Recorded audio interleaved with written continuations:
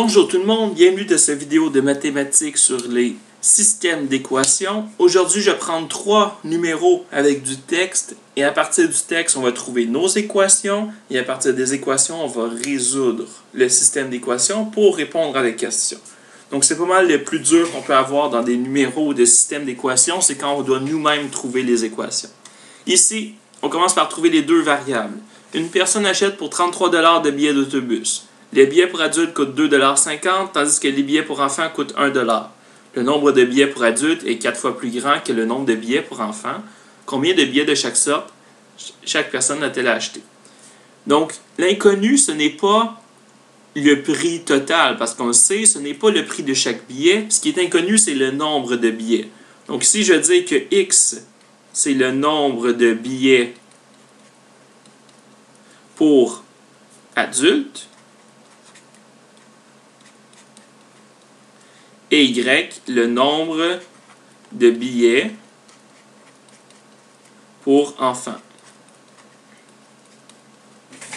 Et avec ces deux variables-là, je vais pouvoir trouver mes équations. Là, vous allez me dire, monsieur, qu'est-ce qui se passe si j'inverse X et Y? Ça ne va faire aucune différence si vous ne faites pas d'erreur de calcul, si vous ne faites pas d'erreur dans vos équations. Le fait d'avoir inversé vos variables ne changera pas votre réponse. Donc, le billet pour adulte, c'est 2,50 $. Les billets pour enfants, c'est 1 $. Mon premier indice concerne l'argent total. Donc, je vais faire une équation avec ça. Si je fais une équation avec l'argent, qu'est-ce que je sais à propos de l'argent? Je sais qu'en tout, j'ai 33 $. 33 $, c'est égal à quoi? C'est égal à 2,50 $ fois le nombre de billets d'adultes, qui est X, plus 1 $ fois le nombre de billets pour enfants, qui est Y.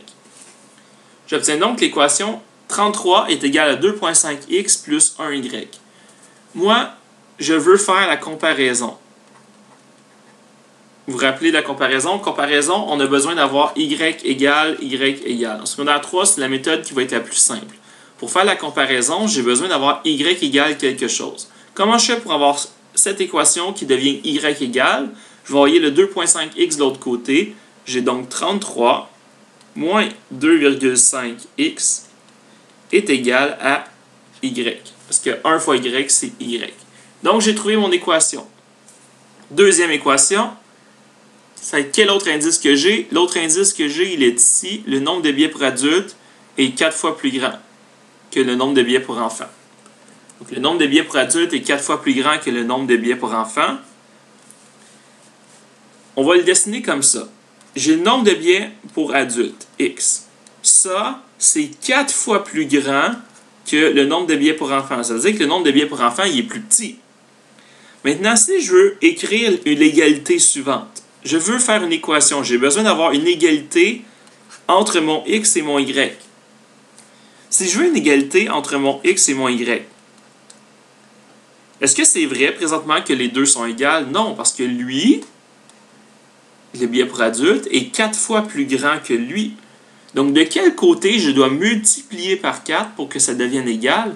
C'est de ce côté-là ici. Parce que si je fais x4, je vais avoir plusieurs fois mon y. Je vais l'avoir 4 fois en fait. Et là, 1, 2, 3, 4. On voit que ça devient la même hauteur. Lui, j'ai besoin de le multiplier par 4. Donc, de quel côté je dois le multiplier par 4? C'est du côté du y. Je veux que ça soit égal. Je vais m'arranger que ça soit égal pour faire mon équation. Encore une fois, si je veux y égale quelque chose, je vais devoir diviser par 4. Je vais avoir x sur 4 est égal à y. Comme ça, j'ai y égale y égale. Je peux faire ma comparaison. Donc, je vais faire ma comparaison. Je sais que y, moi j'aime ça souvent bien montrer c'est quoi les deux équations que j'ai réussi à avoir à la fin. Je vais réussir à avoir les deux équations suivantes. 33 moins 2,5x égale y et x sur 4 égale y. Donc, je sais que y est égal à ces deux choses-là. Je peux faire la comparaison.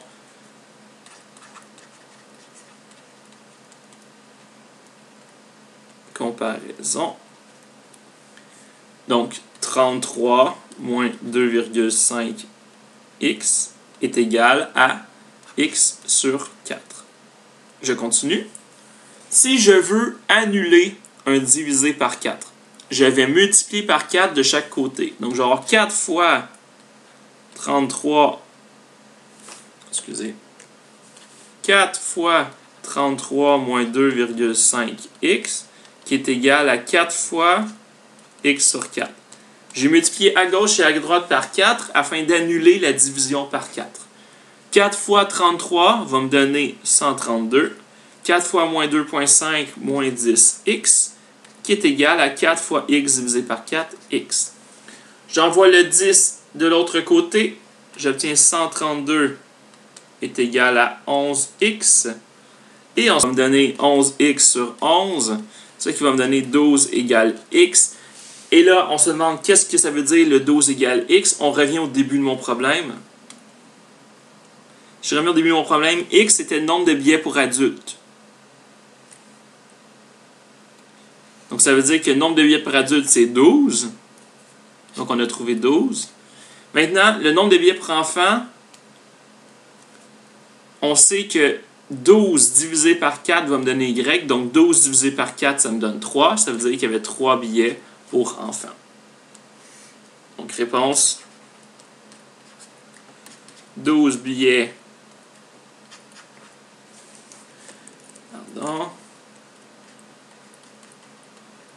d'adultes et 3 billets enfants.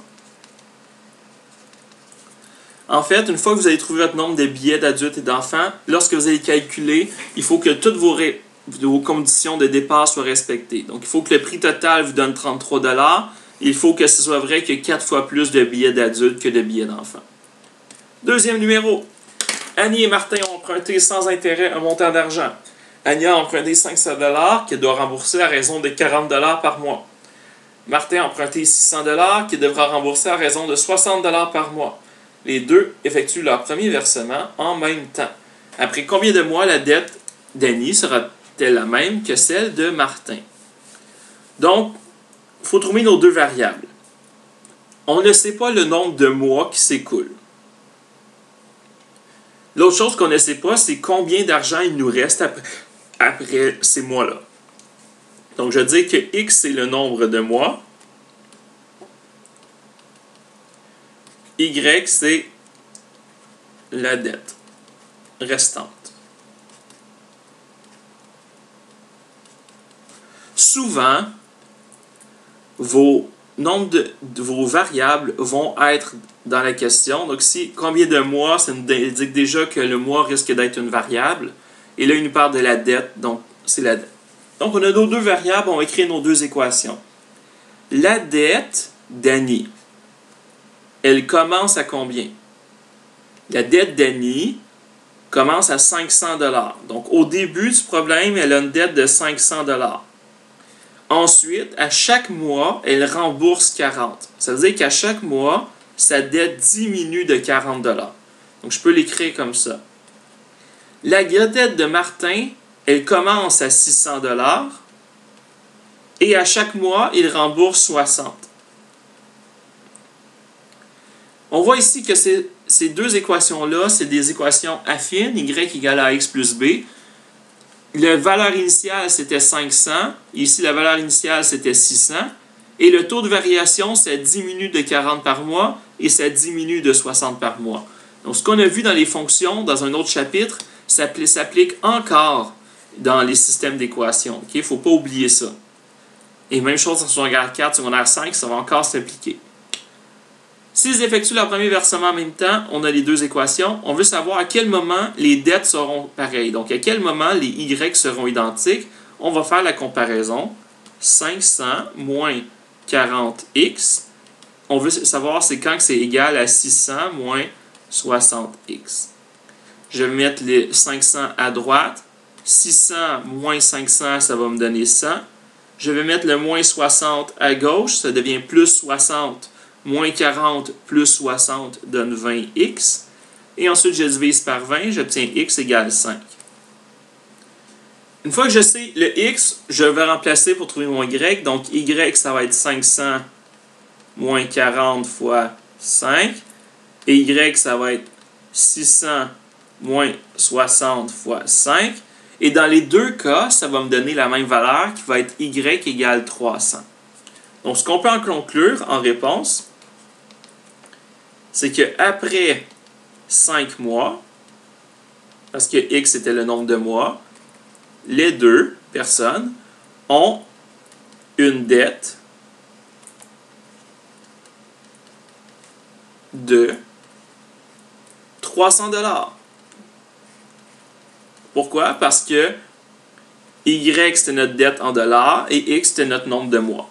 Donc on voit qu'après 5 mois, les deux ont une dette de 300 $. J'ai utilisé la comparaison pour résoudre mon système d'équation.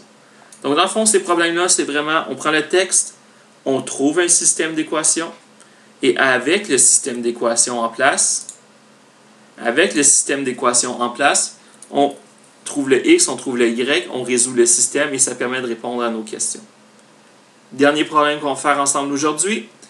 Je pense à deux nombres. Le plus grand des deux nombres est 3 de plus que le double du petit, mais je remarque aussi qu'il est égal à 2 de moins que le triple du petit. Quels sont ces nombres? Ce genre de numéro était déjà fait en Égypte et en Grèce antique. Donc, dans le temps des pyramides, ils faisaient déjà des numéros de mathématiques comme ça, sauf que eux, ils faisaient juste dans leur tête. Pas d'algèbre, pas d'indices, d'équations et tout ça. Ils faisaient tout ça dans leur tête et ils étaient capables.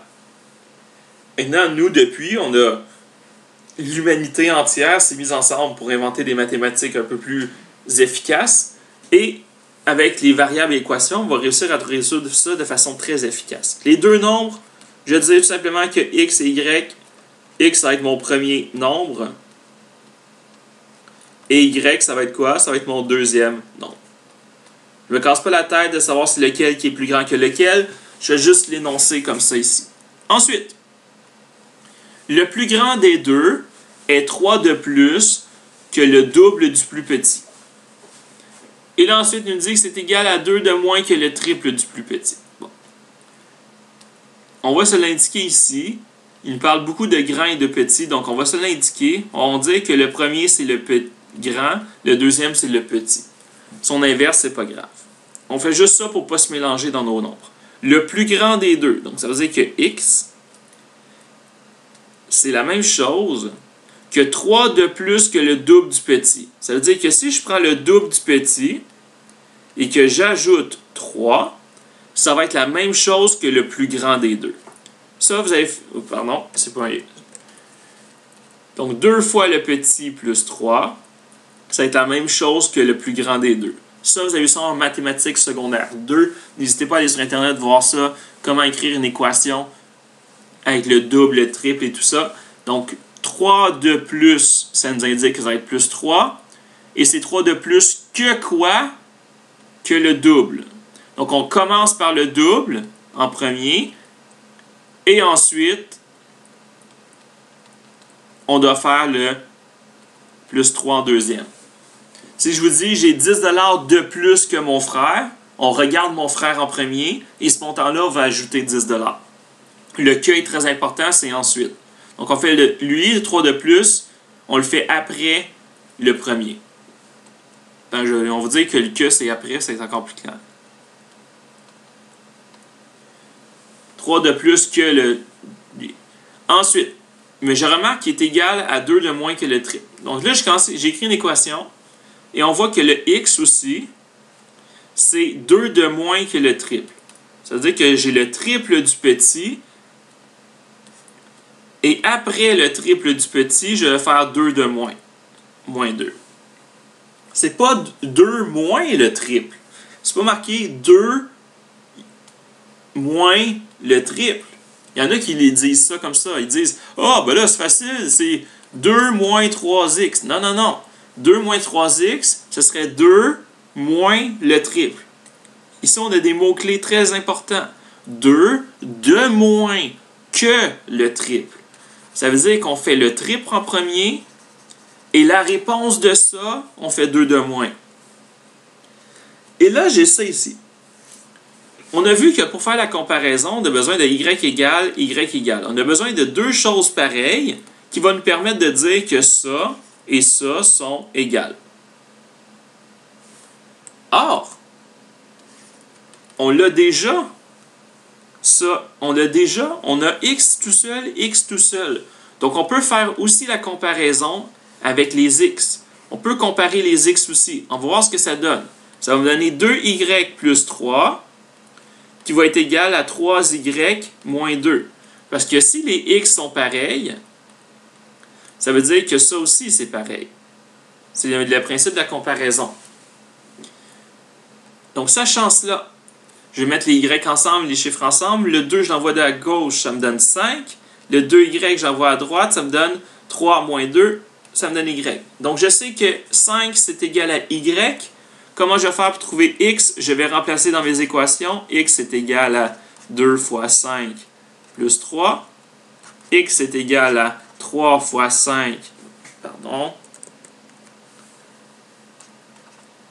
X est égal à 3 fois 5 moins 2. Et on voit que dans les deux cas, x est égal à 13. Donc, on a trouvé nos deux nombres. La réponse, c'est 5 et 13. C'est ça mes deux nombres. Est-ce que c'est vrai que 13, c'est 3 de plus que le double de lui? Ben oui, si on fait 2 fois 5, 10, plus 3 donne 13. Est-ce que c'est vrai que 13, c'est 2 de moins que le triple du petit? Oui. 3 fois 5 donne 15, moins 2 donne 13. Donc, j'ai trouvé mes deux nombres. Pour faire ça, j'ai trouvé le système d'équation en premier. Pardon. J'ai trouvé le système d'équation en premier. Avec mon système d'équation, j'ai fait la comparaison et j'ai trouvé x et y.